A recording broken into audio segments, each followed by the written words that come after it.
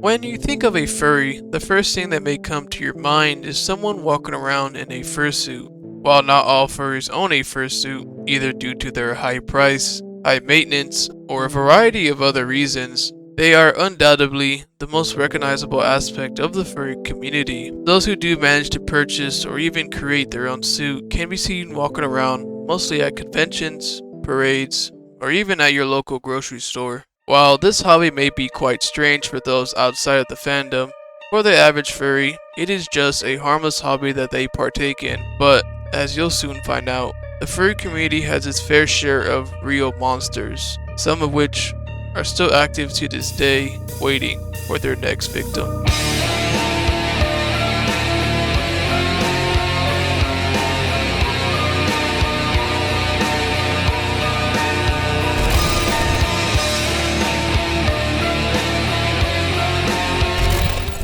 Let's start off with Oli or Oliver, as he is simply a furry Twitter user with a small following.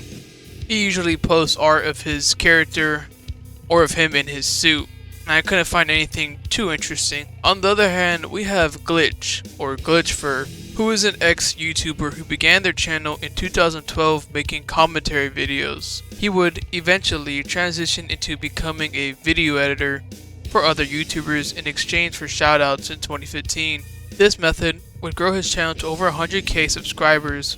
Although he did make YouTube videos alongside editing, what they were about is unknown to me, as all his videos have been deleted after being exposed for grooming a minor. On December 17th, 2019, a Twitter user called Maz would tweet out a Dropbox full of screenshots of Oli, who used to go by the Shamrock Fox at the time. He was caught speaking with multiple minors, asking them if he could suck them off, along with being exposed for being a zoophile. Oli would tell minors of his different intimate interactions with dogs, along with his belief that animals are able to consent. I do not see the moral problem with letting an animal fuck you, like not tempting it, forcing it, or baiting it, because if that animal didn't want to, it wouldn't, and there are no health or mental problems with it. Maybe I'm crazy, but I always thought that wanting to have sex with the family dog is a prime example of someone who is clearly insane. After being exposed, Oli would post a long apology to Twitter for his actions, where multiple of his victims would respond to it very negatively, to no one's surprise. One person in particular was named Clovis, who responded to his apology by saying, "You wanted to fuck me at BLFC. You recently made a sexual advance towards a minor. You literally have fucking yiff with multiple minors including me, and you told me you fucked your dog and others. And now you're saying it was all a lie? Then why did you delete the Telegram chat?"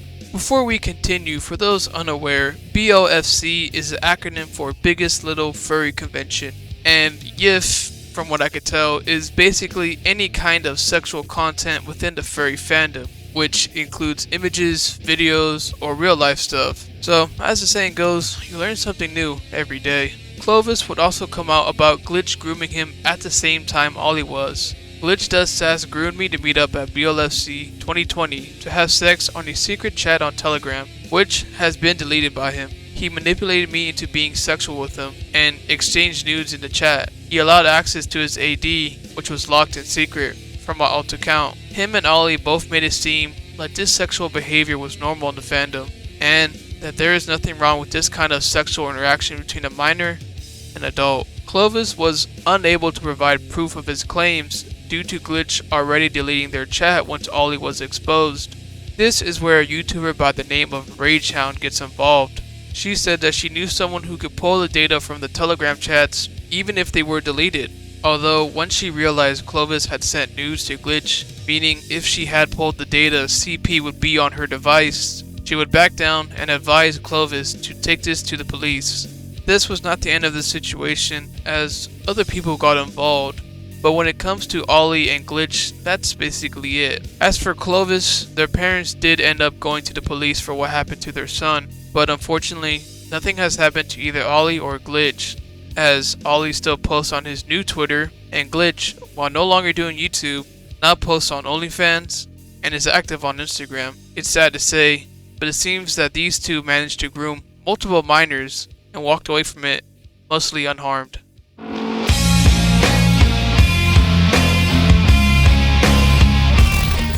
Khord Kitty was originally a male human named Chris. He was cursed when he ran over a cat during a drunken after-party drive. That unnamed cat had a karma spell which cursed him. The spell turned him into Khord Kitty. With no memory of her previous human form, Khord's personality is playful, curious, cheeky, and sly.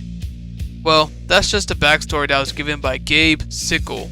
I know it may come as a shock to you, but Khord Kitty isn't actually a human that was cursed to roam the earth as a female cat, but instead, Khord Kitty is a 37-year-old man who partakes in the most degenerate activities and associates with other controversial furries, like Foxer and Nightfire, someone who I made a video on not too long ago, Rowley, a man who we will discuss later on, and many other deranged psychopaths. Gabe's first real problems, besides having a bad odor, began when he tried to bring his infant son to a baby fur meetup. Allow me to once again educate you.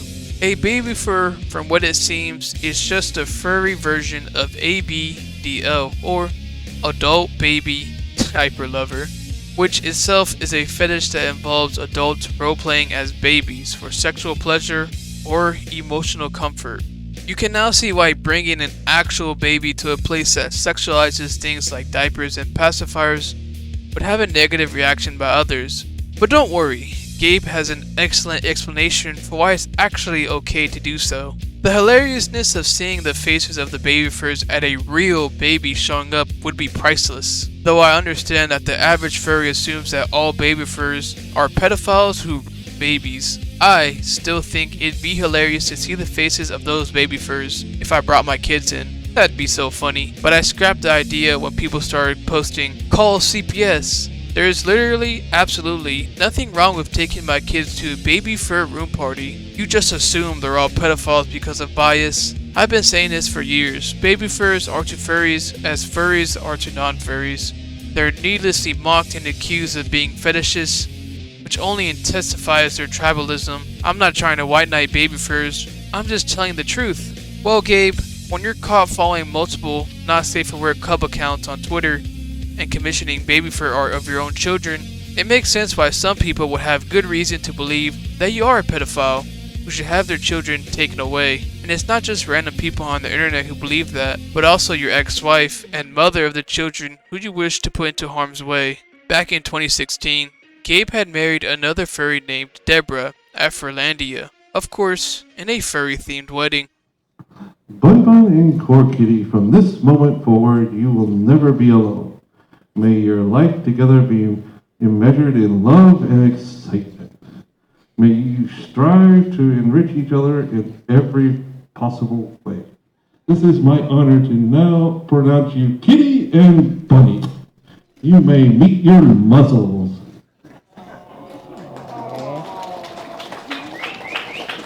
Their marriage wouldn't last too long though, as only 3 years later, Deborah would file for divorce and a custody battle would begin between the two. A number of concerning things were revealed about Gabe, which included things like him bookmarking a guide on having sex with dogs, along with things related to zoo sadism. Gabe had an airtight defense though, saying he only saved these things onto his computer to study abnormal psychology. After the divorce, Deborah would share some of the other reasons on why she left Gabe, claiming that one time she walked in on their dog, Hago, licking peanut butter off of Gabe's neck. Gabe would also admit to Deborah that he had sex with the dog multiple times before, even though Deborah knew what Gabe did to their dog. In August of 2020, she would end up giving the dog back to Gabe for only $800. I'm sure Gabe was very excited to have his dog back and purchased multiple shipments of peanut butter in order to celebrate. So far, Gabe has been shown to either be a malicious or neglectful parent, a zoophile and possible zoo sadist, and finally, to no one's surprise, he is also a pedophile. I'm sorry, a teleophile, as he prefers them to at least be 17 years old. Remember kids to always use the proper terms when calling out these freaks. Anyways, in April of 2020, a 23-year-old woman will come out about being groomed by Gabe. Back in 2014, she was 17 years old and Gabe was 27. Gabe would constantly make their conversation sexual and would also try to meet up with the 17-year-old in order to get naked in front of her. While this is not illegal, it is definitely creepy and immoral for an almost 30-year-old man to want to strip down naked in front of someone who in most states isn't even considered an adult. Even though Khord Kitty, or Gabe, is well known even to people outside of the fandom, he is still very active today, at least on Twitter. So stay safe out there. I doubt this person has changed for the better.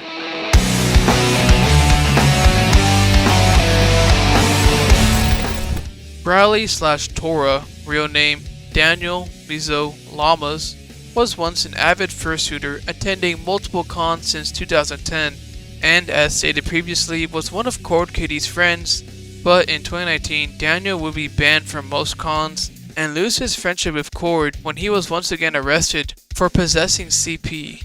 Back in 2000, Daniel was in a relationship with Steelheart Burren, or Troy Brandon Gaid. During their relationship, they were contacted by a 14-year-old boy. According to Daniel, he would only send news to the 14-year-old boy and would turn down anything else due to his young age. However, Troy somehow managed to convince Daniel to meet up with the 14-year-old boy multiple times over the course of 3 months, where Daniel would make the silly mistake of sleeping in the same room with Troy and the 14-year-old before they got it on. Obviously, no one bought his story, especially the police, who would end up arresting Daniel and Troy. The police would charge Daniel with 4 counts of lewd acts with a minor and 1 count of using a minor to create pornography. Troy would receive similar charges, and both would fight these charges for several months until Daniel and Troy would agree to their own plea deals. Daniel would then plead no contest to 1 count of lewd or lascivious acts with a child 14 or 15 years old. He would be sent to jail for 3 years, but would only serve 2, and would be added to the sex offender registry. Daniel would be released in April of 2004 and would be on parole for the next 3 years. A pretty light sentence for ruining a child's life, if you ask me. You'd think, after catching a major break like this, Daniel would do his best to not get into trouble again, but the thing is, most of these people don't see a problem with their actions, so they are destined to reoffend again at some point in time. For Daniel, it was only a few years after being released, as in 2009, he would once again be caught talking inappropriately with a minor, Spiral Wolf. I did find out I could do that, but it's because of yoga, and sorry, but I can't show you because first, I'm shy, and second, if I did show you and word got out, the FBI would be after you. Sorry. Daniel. Oh? How so? Don't be afraid to tell me. I won't report you if you're not of age yet. Spiral. I'm 16. Daniel. Okay. Thanks for clarifying. XD. Spiral. Yeah, sorry. Can you do it though? Daniel. Sadly, I can't. Sad face. Spiral. Aw. It's fun though. You should take yoga. Daniel. Heh. You should just show me. I won't tell. XD. Before I continue further, I believe that anyone over the age of 30 who unironically uses XD should be fined at least $3,000 and have all their electronics checked for any leftover cheese pizza. After being exposed for this, another site called LulzNet would also leak messages between Daniel and a 17-year-old where a similar conversation took place. The messages between Daniel and the 16-year-old took place over Furfinity, which to my knowledge is the main hub for furry artwork. At this point, it was owned by Dragoneer, or Sean, who had been good friends with Daniel for a couple years already. Sean would eventually make the decision to ban Daniel, but was not very happy about it. One of the hardest things you could do as an admin is ban a friend, a good friend. Tonight, I had to, and I hate myself for it. Really, Sean? You hate yourself for banning someone who literally used your own website to solicit news from a 16-year-old? I swear, I don't understand these people sometimes. After this, Daniel will post a statement to Wikifur, where he talks about his previous conviction and his side of the story. It's very long and boring, but one funny thing I found was that Daniel considers volunteering at furry conventions to be him repaying his debt to society for molesting a 14-year-old boy. I have tried to get back into the furry community and show that I am not the monster which the registration site claims me to be. I have volunteered and or worked for a few conventions. I have served my time and tried to repay my debt to society that resulted from my poor actions. or rather, my inaction, and I want to show that I am a changed person who is still trying to be more assertive in his actions. Daniel would get into other controversies throughout the years for somehow being able to attend multiple cons even though he is a pedophile and a registered sex offender. Why is he here? What? Why is he here? What? Why? No. Though it would all come to an end in July of 2019 when he was once again arrested by the police. He was charged this time with Penal Code 311.11a, 311.1a, and 311.11b. Penal Code 311 relates to the possession and distribution of underage obscene material, or CP. And just like in 2004, he was offered a plea deal, which he took. Daniel pleaded no contest to one count of possession and distribution of underage obscene material. This would get him placed in a county jail for 158 days, or just about 6 months, and 3 years of summary probation. It seems that the justice system has failed us once again. As of now, it seems that Daniel has not been spotted at any other furry conventions, though he has been banned by a few of them for being a threat to children. He could always just create a new suit and persona. He does have a private Twitter, but who knows if it's still active to this day. I definitely won't, or recommend following the account either, as it'll probably put you on a watch list. As for his ex-boyfriend Troy, in 2013 he was diagnosed with stage 4 colon cancer. All seemed to be going well, but in 2016 he would end up passing away. Good riddance.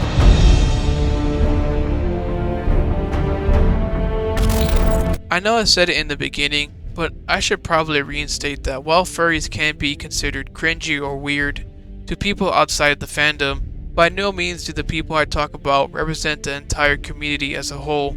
If you happen to enjoy the video, then leave a like and subscribe. Let me know what you think about these people in the comments below, and if you wish to fund future videos similar to this one, then consider becoming a member. Alright, I just want to talk about the Modern Warfare 3 beta real quick before I end the video. I played a little bit of it on stream today, and to give you my initial thoughts, I think the game can be pretty good, although it is suffering from quite a few things. 3 things really have been ruining my experience. One is skill-based matchmaking. I don't know if it was because of the time of day I was playing. I was going against just tryhards the whole time I was playing, and it really isn't fun going up against people who literally spend, I would assume, all day playing Call of Duty and nothing else. I would consider myself a pretty above average player, but even I was struggling to perform well in the match. Number 2 is the time to kill. It's very inconsistent sometimes. A few times you will actually die pretty quickly in like 2 to 3 hits, and then other times you'll take up to like 6 or 8 shots before you die. The third thing that really bugs me is the spawn. Now, I'm gonna play you 2 clips right now where the enemy team literally spawns behind me and I literally spawn right behind someone.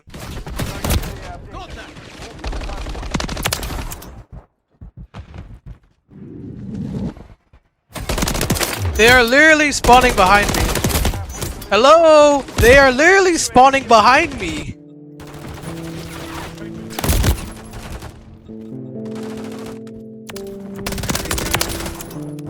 I don't know why the spawns are like this. They definitely need to change it because I'll say 60% of my deaths were from behind, because the enemy team, after I killed them, they'll just spawn right behind me and kill me. It's pretty dumb. Thank you once again for over 1,000 subscribers. I'll see you next time. Peace out.